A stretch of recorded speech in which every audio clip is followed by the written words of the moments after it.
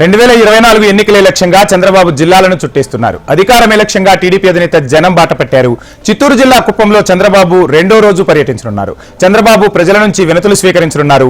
మధ్యాహ్నం 12 గంటలకు శాంతిపురం ఎన్టీఆర్ కోడలిలో, మధ్యాహ్నం 3 గంటలకు రామకుప్పం పిఎస్ కోడలిలో బహిరంగ సభ ఉండనుంది.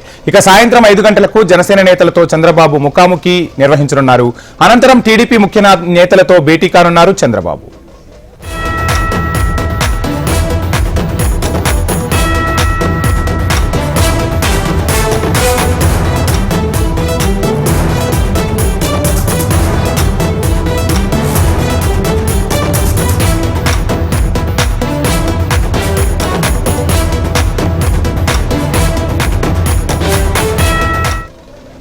రెండు 2024 ఎన్నికలే లక్ష్యంగా చంద్రబాబు జిల్లాలను చుట్టేస్తున్నారు. అధికారమే లక్ష్యంగా టీడీపీ అధినేత జనం బాట పట్టారు. చిత్తూరు జిల్లా కుప్పంలో చంద్రబాబు రెండో రోజు పర్యటన కొనసాగుతుంది.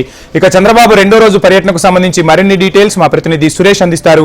సురేష్, రెండో రోజు పర్యటనలో భాగంగా చంద్రబాబు ఎక్కడెక్కడ పర్యటించనున్నారు? అప్డేట్స్ ఏంటి సురేష్?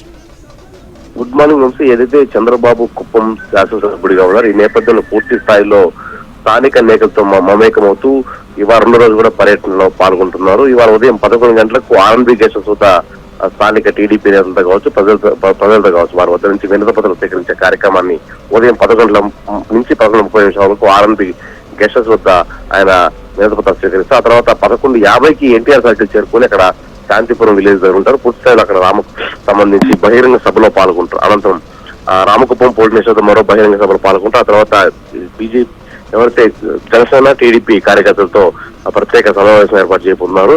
సాయంత్రం సిబిఎన్ కళ్యాణమండపంలో కూడా టీడీపీ కార్యకర్తలు ప్రత్యేక సమావేశం ఏర్పాటు చేయబోతున్నారు. పూర్తిగా దాదాపు ఇవాళ 2 బహిరంగ సభల్లో చంద్రబాబు పాల్గొంటారు. కార్యకర్తలకు దిశానిర్దేశం చేయనున్నారు. 2024లో భారీ మెజార్టీతో గెలవాలని, 1,00,000 మెజార్టీ రావాలని నిన్న చంద్రబాబు పిలుపునిచ్చిన నేపథ్యంలో ఆ దిశగా కార్యకర్తలకు భరోసా కల్పిస్తూ వాళ్ళకి ధైర్యం చేస్తున్నారు. మరో పక్క టీడీపీని ఖచ్చితంగా గెలిపించాల్సిన అవసరం ఎంతైనా ఉందని ఆయన కార్యకర్తలకు హితబోధ చేస్తున్నారు. వంశీ, సురేష్, చూస్తూ ఉన్నాం అంటే ఇంకా 2-3 నెలల్లోనే ఎన్నికలు జరగనున్నాయి. ఈ నేపథ్యంలో కుప్పం నుంచే చంద్రబాబు ఎన్నికల శంఖారావాన్ని పూరించాలని భావించాల్సి ఉంటుందా? ప్రజల నుంచి స్పందన ఎలా ఉంది? సో జనసేన నేతలతో కూడా సమావేశం అవుతున్నట్టు తెలుస్తుంది. దీనికి సంబంధించి అప్డేట్స్ ఏంటి సురేష్? మీ అన్నట్టుగానే నిన్న సాయంకాలం 4 గంటలకు విశాఖపట్నం ఏదైతే కర్ణాటక బార్డర్ కుప్పం సరిహద్దు ప్రాంతం ఉందో ఆ ప్రాంతానికి చేరిన తర్వాత భారీ ఎత్తున మహిళలు మంగళహారంతో స్వాగతం పలికారు. ప్రతి చోట కూడా క్రేలతో, గజమాలతో చంద్రబాబు స్వాగతం పలికారు. మరొక ప్రత్యేకంగా పసుపు బియ్యంతో చంద్రబాబు ఫోటోలు కూడా ఒక కార్యకర్త బహుకరించే పరిస్థితి.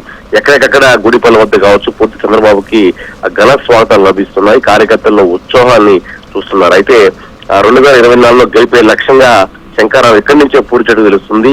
సాధారణంగా 6 నెలల తర్వాత చంద్రబాబుకి వచ్చారు.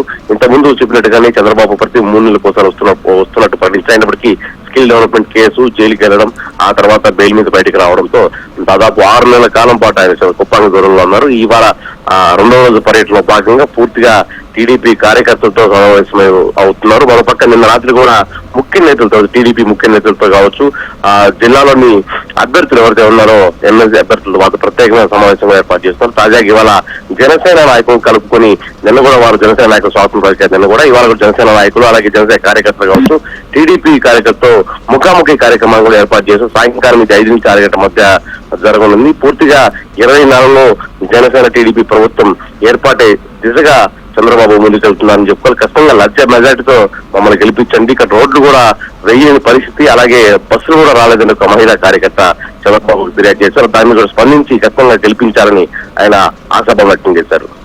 Thank you Suresh.